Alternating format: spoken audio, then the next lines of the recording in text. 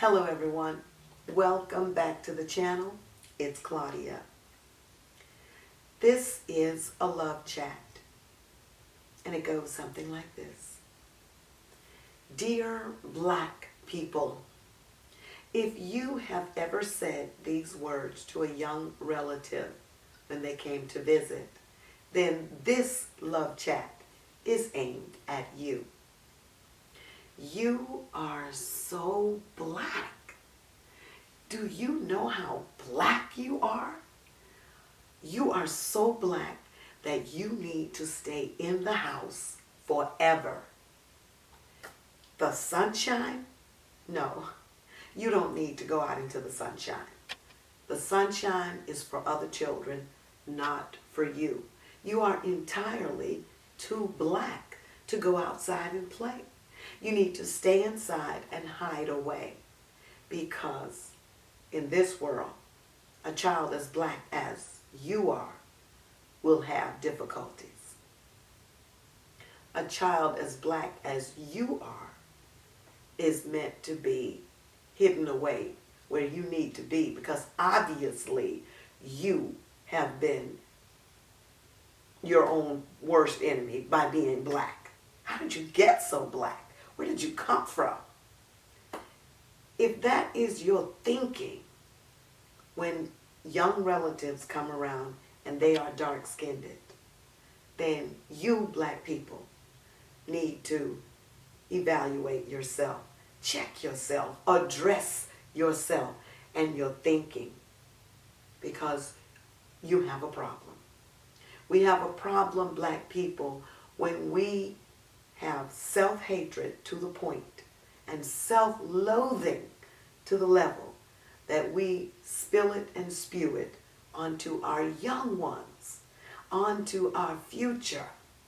When we tell them from our mouths, not just the larger society, but from our mouths, that they are worthless and they are not worthy to be upstanding, upright, intelligent, beautiful contributors to this society, to this universe and this world, because we are judging our own little ones by the color of their skins and not by the content of their characters.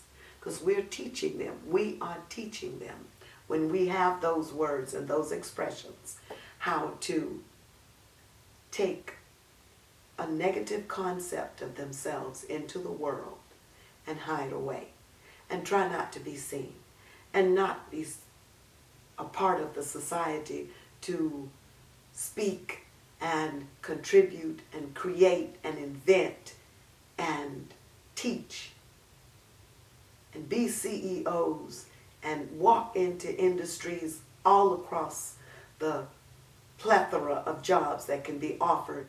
Your foot may as well be kicking them. Your knee may as well be in their throats and chests when you say those things to them, because you are just as bad as the officers in the street who are brutalizing black people. You are just as bad as those other people, black and white, whatever colors, brown, red, and yellow, who castigate black people for being black. You are a part of that awful, horrible, horrendous fabric when you tell a black child that black is unacceptable and that you need to try and do something to lighten all of that black. Think about what you're saying when you say that. When the thought crosses your mind, before it spills out of your mouth, harness that. Bring it, pull it back, and adjust yourself, black people, because we cannot continue doing this. Langston Hughes knew a black mother would need his poetry when she had black children, because not only would they suffer the brunt of racism and prejudice from the larger society, but they will suffer it from black people who hate themselves. And Langston Hughes's poem goes like this. It's entitled simply and eloquently, Lullaby. I love Langston Hughes. His writing touches the very core of my existence as a black woman, as a writer, as an author, as a poet. Langston Hughes helps me to stand up and be more of myself in this world. Lullaby for a black mother. My little dark baby, my little earth thing, my little loved one, what shall I sing for your lullaby? Stars, stars, a necklace of stars, winding the night. My little black baby, my dark body's baby, what shall I sing for your lullaby? Moon, moon, great diamond moon, kissing the night, oh little dark baby. Not only did Langston Hughes know, as a writer, as a poet, and a novelist, that black mothers would need poetry to help raise black children, but this poet, Danielle Milton, knew it as well. And Danielle is a student at Baylor University. I don't know if she's still a student there, but she's a blogger. And she wrote this poem called For My Little Black Girl, for girls all over the world who have trouble loving the skin they're in. And oh yes, many little black girls will have trouble loving the skin they're in with their own people, black people, dear black people, teaching them how to hate themselves and the color of their skin. Danielle Milton on the blog colorismhealing.com writes this award-winning poem. A letter to my future daughter. Don't lose yourself, little black girl, as you walk through the halls of your elementary school, as you swing on the swings of the playground, even as you skin your knees during recess, mastering double dutch and hopscotch. Be bold. Don't lose yourself, little black girl. White walls, white faces, white noise. It's easy to get lost in it all, but you are beautiful. Your black is beautiful.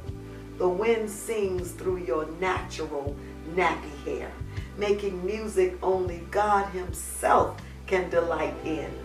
Your smile speaks life to the lifeless and love to the unloved. Your full, plump lips are reminiscent of your eldest ancestors. They are more than your family tree. They are your dynasty. And though they toiled in ships and chains, we are reminded of a vivacious heritage of life, culture, and vibrancy. You are royalty, my love. You are royalty, my dove. You blossom in the dead of winter as if seasons are just formalities. You flicker and shine as if it was your sole purpose for existence. You are sunshine.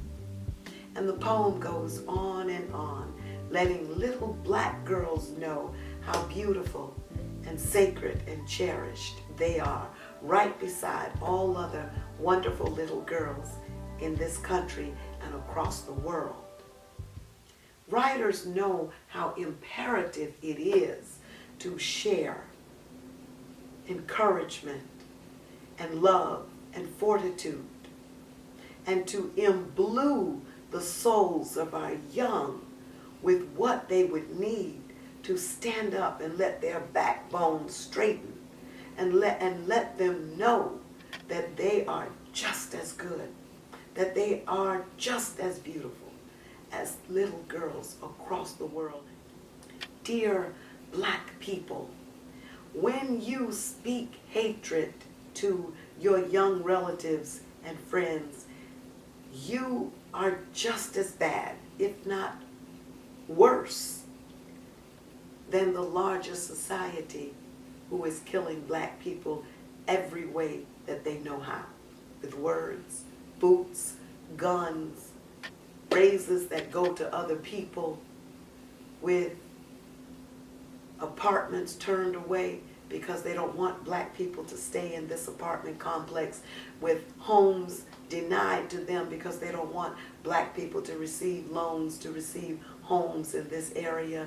Stop being a part of the problem, black people, and learn to love yourself if the shoe fits. Not all of you, dear black people, are like this, but so many of you, enough of you, are like this, to the point where I felt compelled to film this video. Dear black people, I have a beloved teacher friend who said back in 2017, 2018, a little black boy would get up and say in her classes, "You're light-skinned, you're brown-skinned, you're black," and would sort the children into coloristic categories. And she said each time they did it, she would stop and address it right then and check him, because somebody has to do it. And that was her classroom. She was the professional, and she felt compelled to do it, to teach that this is unacceptable.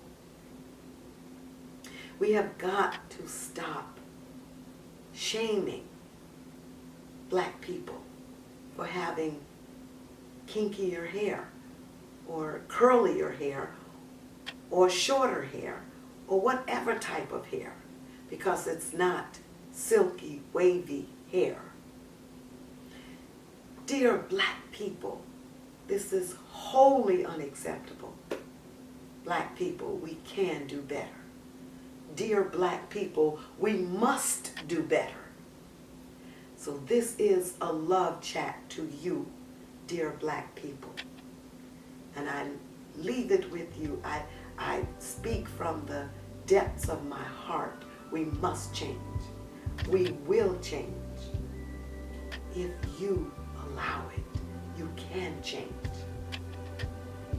And on that note, I say, black people, go out into the world, love yourself, love your children, love your neighbor's children, love your sister's children, love your brother's children, love black children, black people, and help them to grow into responsible, intelligent, reliable, beautiful, dependable, willing to learn and share and love themselves and others, healthy souls in this world, dear black people. And always I wish you love and peace. Until the next video, bye-bye.